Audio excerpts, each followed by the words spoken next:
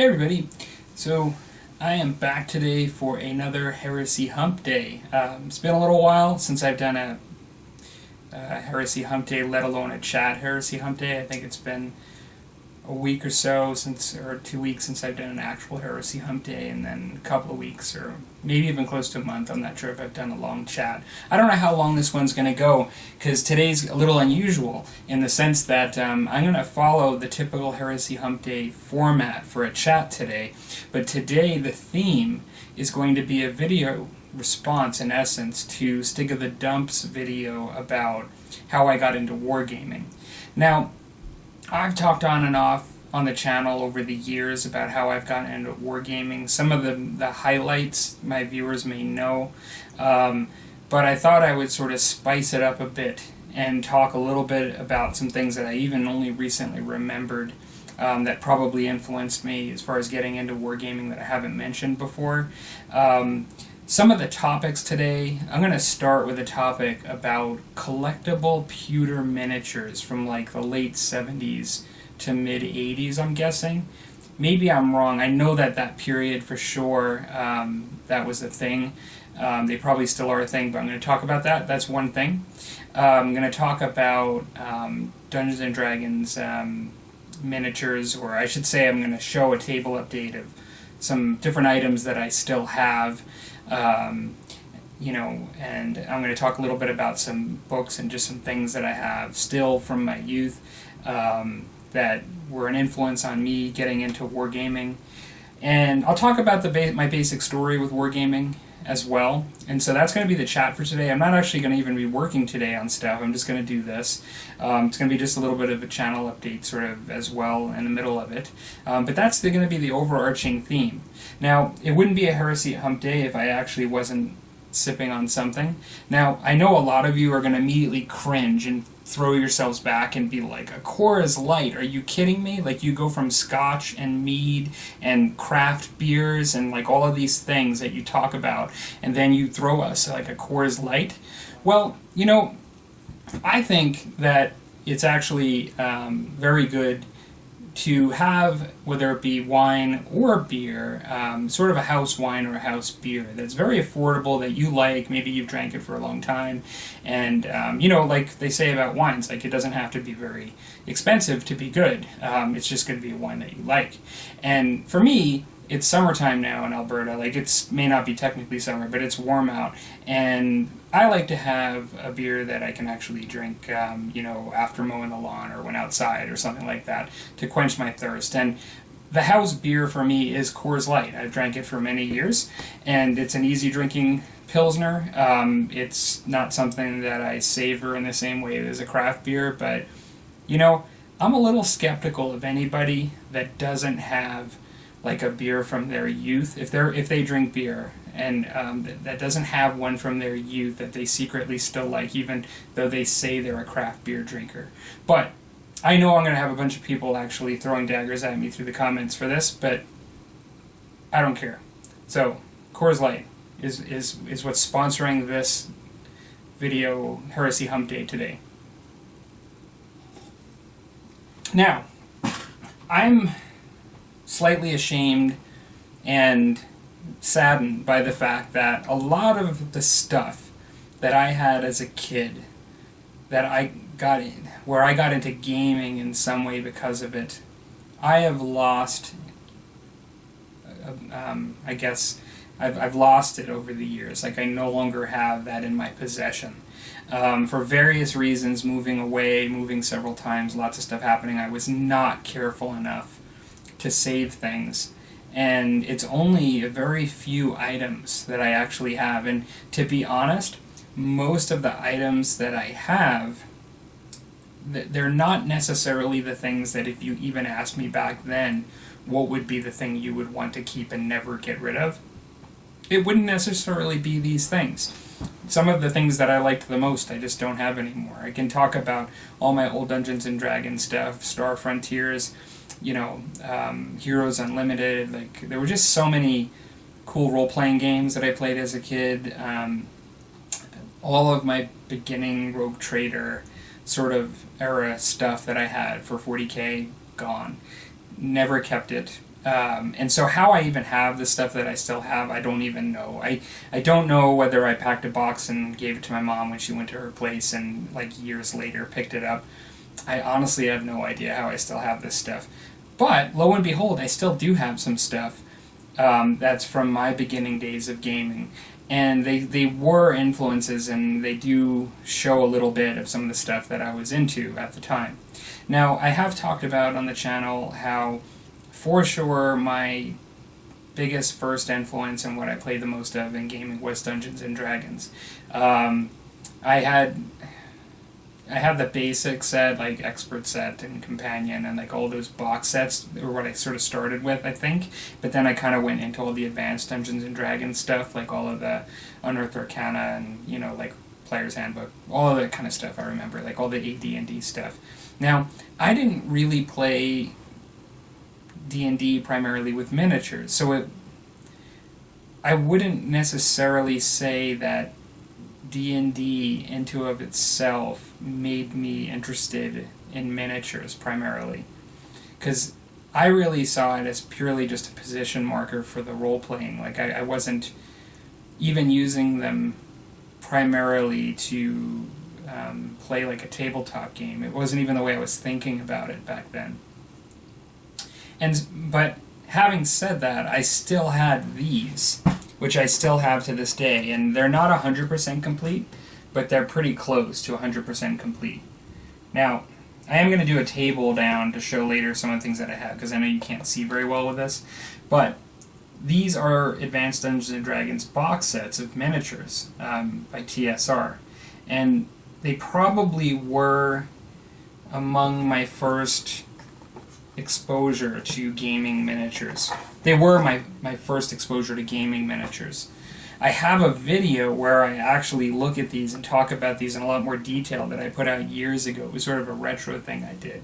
I will put a link in the description to that video, and so you can see that. Yeah. So, before I go any further, since I'm talking about videos in the description, I am just going to mention that this is a video response to Stig of the Dump, and as I said that, Stig of the Dump.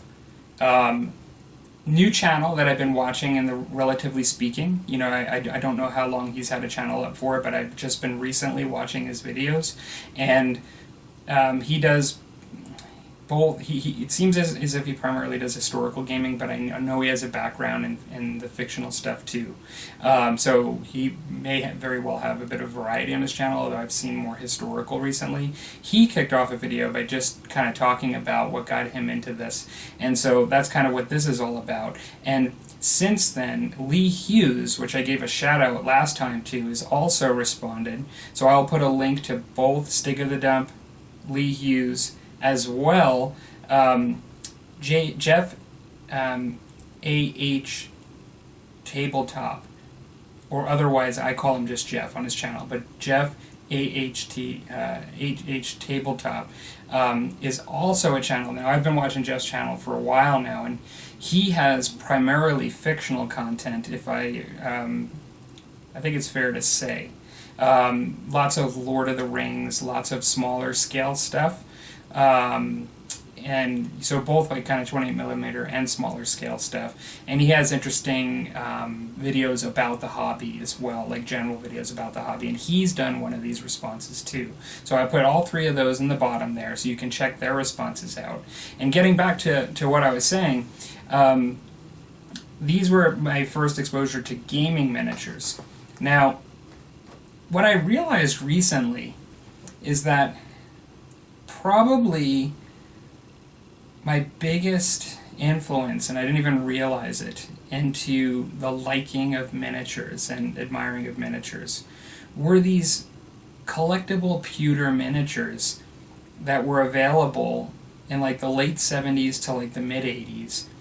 They'd oftentimes be in specialty shops and like glass cabinets and things, and they were right up my alley because they were typically fantasy based. And there were lots of different kinds. Now, I still have a few of them to this day, and I've given a couple of them to my daughters, but I retained one of them that I've kept. And at the time, I just liked the miniature. I'll try to show it. I'll try to show it here just so you can get an idea of it. But it's actually Drizzt Do'Urden. It's a metal miniature, and he's got like two little rubies. You can see they've glued on, or two little stones on his belt buckle and on his scabbard. Let me see if I can show it a little bit better. So if you were to ask me in the past, like when I was a kid, I would have just called this a pewter miniature. And to me, at the time, I would have said, like, I would have looked at this as an expensive collectible item that I had the opportunity to get. Like, I had no real impression of how much these things cost, but they were, you were probably throwing out 10 to 20 bucks even back then, I'm guessing, US. It wasn't like picking up a bag of metal miniatures to paint, I don't think. Now, it's funny because I always viewed the pewter as being something of value. And then later on, when dealing with metal miniatures for gaming many, many years later, like, I never really knew the difference. And even now, I see sometimes people will advertise metal miniatures, like here's just a grenadier metal miniature, and unpainted from 1989. People will refer to these as pewter now, and I'll just make the connection, like, okay, so they were really no different. Like, these were just metal miniatures that they charge lots of money for and put a ruby on or something. Now, the quality of the finish is really nice on this. I mean, it definitely has a nice finish. And the sculpt actually is really nice on this. I'll show an even closer up sculpt later when I table down on things. But I think that is where I really got into miniatures. It wasn't the painting, it was like the collecting of these metal miniatures in these specialty shops that weren't even gaming shops. Some of these places were places where they sold like rock t-shirts and stuff. I mean, it wasn't, necessarily gaming shops. And so, yeah, like, that was a big deal back then. I don't know, I never see people really in this hobby that I'm familiar with talking about that as an influence, or even that as a phenomena, even though those were metal fantasy miniatures back then, just not necessarily being sold to be painted. Now, these have no slaughter on them for a base. I mean, they're on their own metal base. And most of the TSR miniatures I have here in general, some that I've painted and some that I haven't, from the same era, are not on slaughter bases. They're all on their own metal base.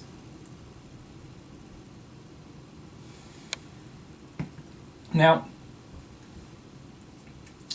I have some other miniatures here that I've found, and it's one of the things that's really cool is that these were the first miniatures that I ever tried to paint. I don't know how many people have the first miniatures that they ever tried to paint. I didn't know anything about, shading and highlighting, or really anything but base painting. The only thing that I did do on some is I may have even later sprayed a varnish, like an aerosol varnish, on some of these, because they're a bit shinier. But it's funny because, like, I'll show one of them that I was into, and he's not that much unlike Drizzt Do'Urden of the D&D fame, but it was just basically an elven, like a wood elven ranger, and I just loved the mini that I painted because I could get the paint where it was supposed to go, the base paint, and just chose the colors. I had a chainmail metallic color for the chainmail that showed, and just at the end of the day, I was just quite proud of myself with it back then. I know I was probably 16, and I was quite happy about it, and I still have them today, which is a bit amazing. It's probably, like these things, I really enjoy still having them, but probably having something that I painted that I really felt good about back then and still having it today is a nice thing. So I'll show some of those in a bit if you guys are interested, and you can skip through if you don't want to hear all this stuff, but I'll show those in a bit. So, the Dungeons & Dragons role-playing, for sure, was the gaming that got me into any sort of fantasy gaming, or gaming that's not video gaming. One of the things that I picked up over the years, or during that time, I should say, was this. Now, looking at it in the viewfinder, I'm reading everything backwards, but from what I can tell here, it says Advanced Dungeons & Dragons 2nd Edition? Yeah. So this came later. Battle system for miniature rules. Battle system, miniature rules. Now, I'd love to tell you that this was a huge influence on me to then do miniature gaming, because it was Dungeons and Dragons and it was miniatures.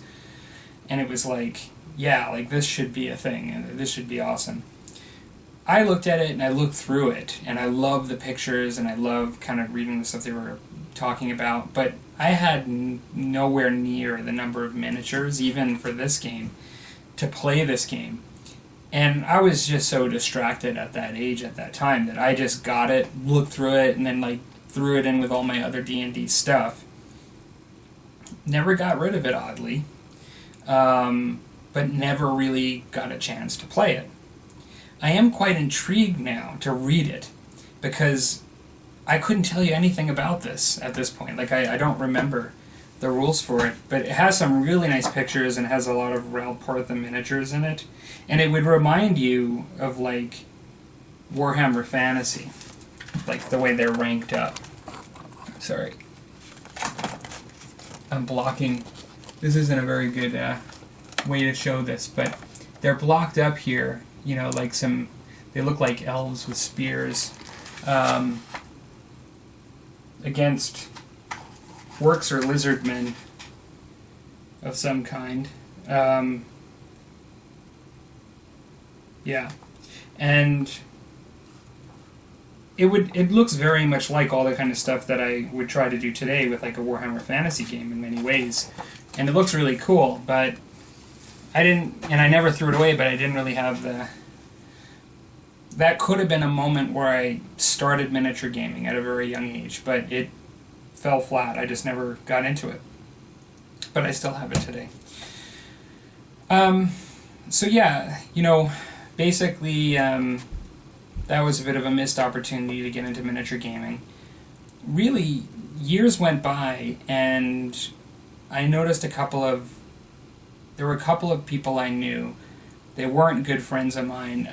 They weren't good friends, but they were folks that played in another D&D group in high school, and they were playing Warhammer 40,000. Rogue Trader era, really.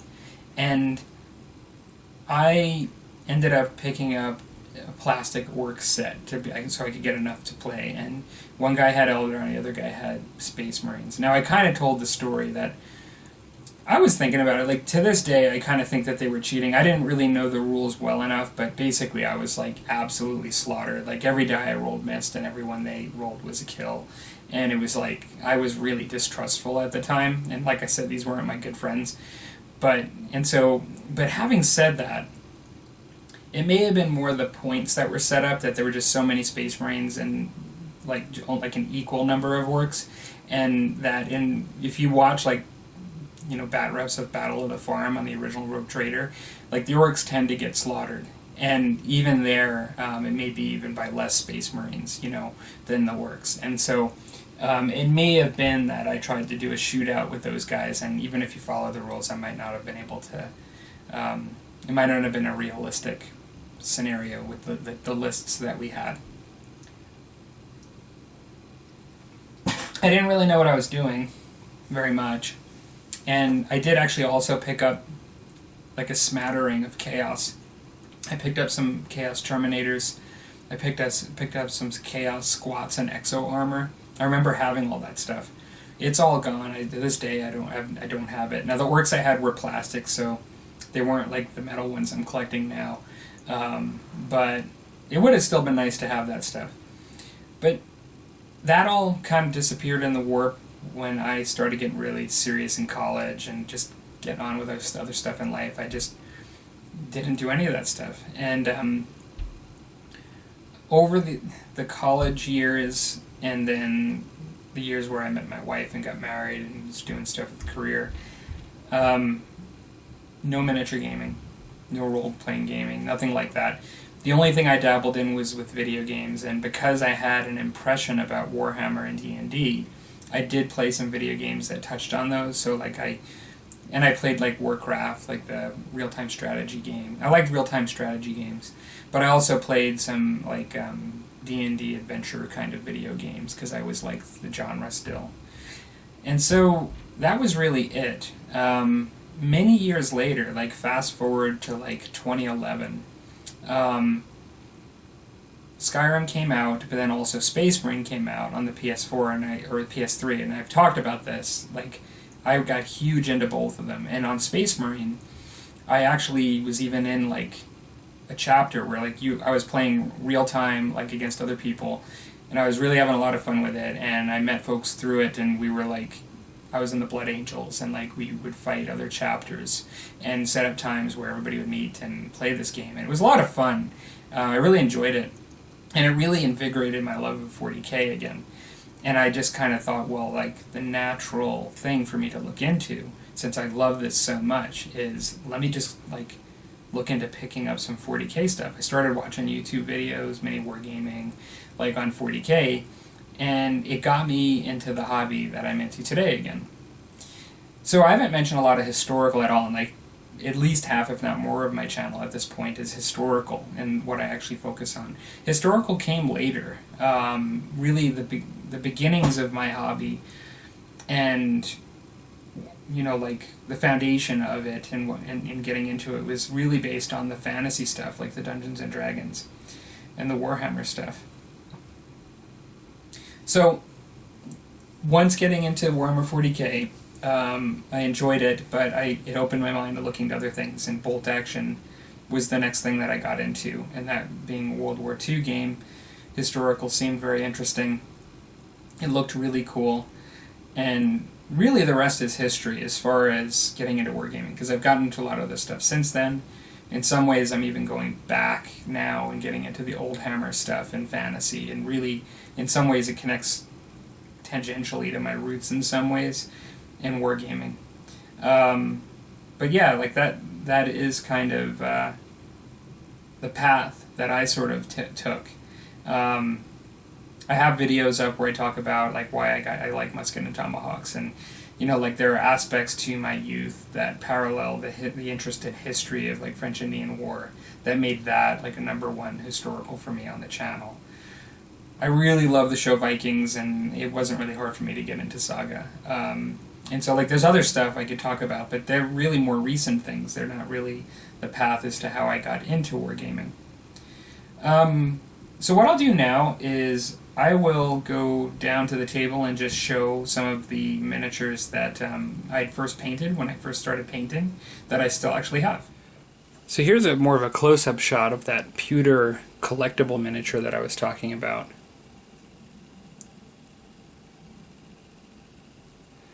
Not really a bad mini, actually. I do think it would look good painted, and you know, this one is really old, but if you actually look at the face, it's actually pretty good for the time. Like the features are pretty defined.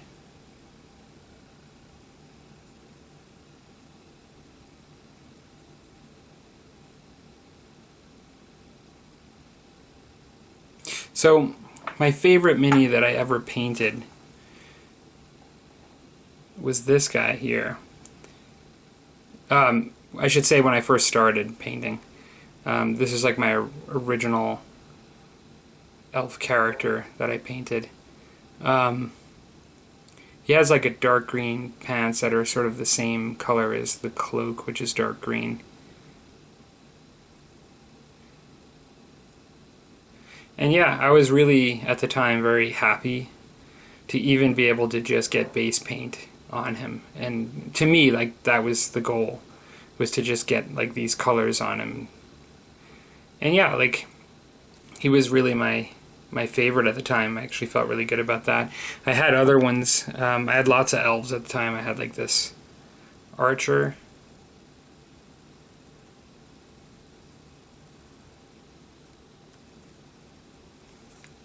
I had more. These are fairly similar looking of the line, the approach that I took. I used the same color pattern on them.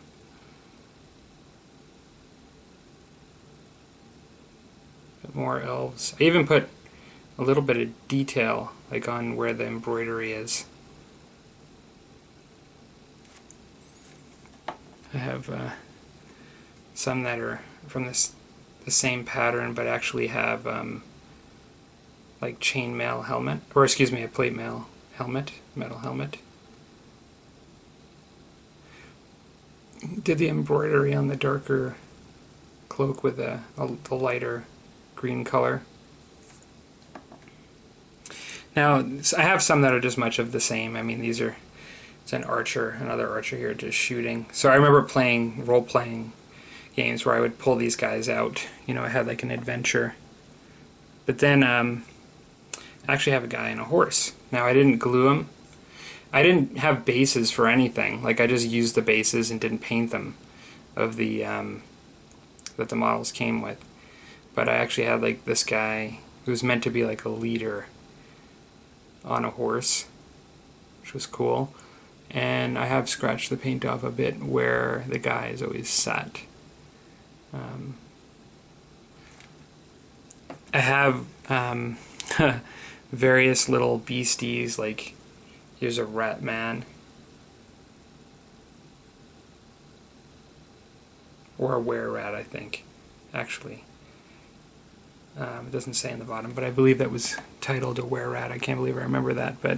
And I have some like human fighters or paladins, knights, and this guy here.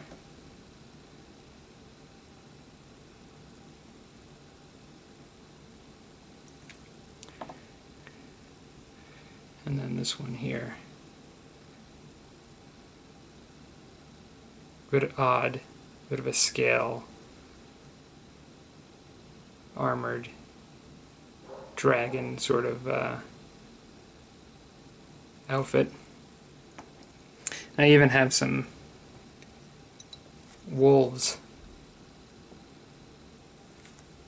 Now it's funny because I said I didn't know how to do any shading, but I can see that I ended up, even back then, I put some paint in the recess where the there's an indentation on the. Now these were supposed to be wolves, although this one looks a bit like a dog to me. But this one looks more like a wolf. But they came from the same set. And then I have a bunch that are just metal that were from the same line, but some of them have like heavier armor and they don't look like wood elves. But I have a bunch that I haven't painted that I still have to this day. This one here is like a magic user. And so these all I know I've flipped down, but these were Grenadier, and most of these look like they were between 1987 and 1989. But actually kind of nice miniatures, if I might, you know. I actually think these really do look like pretty nice miniatures. Better than the AD&D ones that I have, that I showed in that video, like from the box set. The quality is a bit better for sure. Those were 1983, the ones in those boxes. These, the quality level seems to be higher than those other ones. One thing I did want to show real quick, because I know I sort of flopped around a bit on the miniature rulebook, but I wanted to show just some pictures and a couple of things on that rulebook. So I'm just going to flash to that. Give me 1 second. So I don't know how many of you have actually played this. I did look on the inside to see if I recognized the name, and it looks like it was designed by a Douglas Niles. There are a number of people that were involved with it. The year, I don't even remember, don't even know if I can quickly find that, but yeah, 1989 I guess was the year. So It was actually around the time that I actually got those minis too. I must have saw that as something to potentially supplement. But they call it the battle system, and there's a lot of imagery and pictures that were from Dungeons and Dragons at the time that I do recognize. They do talk about using bases for the miniatures, which is different than what I was doing, obviously. But they actually have like stuff, and they put them on bases. You see a lot of single skull sort of ranked up units, like even here. Those look like they could be hobgoblins or something, but they're all like the same miniature. They talk about base sizes. Now this was a really cool cover for like one of the D&D books. I think, I'm not sure if it was the Expert Rules that actually had that picture. But yeah, there's lots of cool imagery in here. They talk about morale, like a morale system. And what I am trying to get to is more like this stuff. They're showing like formations basically. So it wasn't, I don't know, I don't think of it as like a loose skirmish game. It definitely was like a formation-based game. I'm interested in other people's thoughts that may have played it. But actually it's, looks like pretty nice stuff. Just from the pictures, at least. There's lots of concepts that I'm familiar with now where they talk about like 45-degree arcs and things like that. Frontage, changing frontage. They talk about charging. They have things like giants, in here. So you actually would have, let's say elves versus golems or giants, and so there must be rules for that. There's routing, terrain.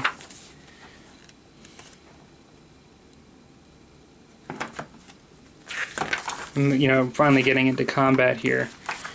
But yeah, it looks pretty interesting. There's a lot of cool pictures in it to show things. It looks like I'm at a point where they're talking about scenarios as well. So like basic scenario 1.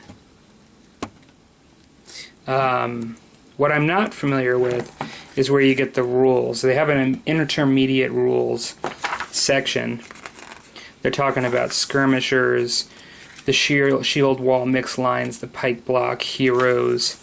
In some ways it's kind of funny because it almost seems like some of this, the challenge in this game may have been to try to create something also like Dragon Rampant has done recently a little bit, although this seems to be ranked up quite a bit more.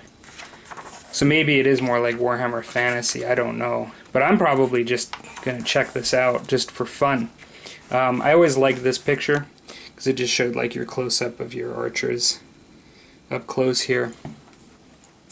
And so they have like a basic set of rules, an intermediate set of rules, and an advanced set of rules. Now, this was, I believe, in the Dragonlance, one of their covers for Dragonlance. Advanced rules has things like flying creatures, undead units. That's interesting. Fortifications. And looks like they're even covering buildings a bit more, like in the advanced rules. So it's actually really pretty cool. And then there's a whole chapter on magic, which I can't even fathom back then what they were doing with magic for the tabletop. Like they talk about magic resistance and level draining, breath weapons, choosing spells, and they have actual like D&D based spells here. Wall of Fire, Cone of Cold, Cloud Kill, so Dispel Magic. So that's really cool. And then there's priests with priest spells and advanced scenarios. So actually, it looks really neat. Interested, again, I think I've said this already, but I'm interested in what other people might think of this, just because at this time, I don't really know what I'm talking about as far as how good it is. What I am concerned about is how you have, where you get your troop type from, and it looks like it's here. Like they do give you monsters, and troop types in this section. So I'll talk about goblins, hated foes, dwarves and gnomes, vulnerable in daylight, move 6, morale 11, hits 1. Looks like AD and AR. I'm not sure what those are because I don't know. But there's a fair number of troop types in here. Actually, yeah. And then, you know, a nice little reference card as well. So yeah, that's the AD&D 2nd edition battle system miniature rules. So I am kind of interested in taking a trip down memory lane and looking more into it. So yeah, so back to the chat. So there you go. I mean, some pretty cool stuff, you know, just to be able to look back to. I don't know if you guys have some of that stuff saved as well. But yeah, like that's how I got into wargaming. This is probably a lot shorter than my normal Hump Day chats, but I thought I'd just kind of show some of this stuff. And interested in, you know, for those of you that, I know many of you may have talked about it if you have an established channel, but sometimes it's great to not only reflect more on it, or even just for your newer viewers, kick out another video just talking about what got you into things. A lot of people will probably find it really interesting. Okay, everybody, take care.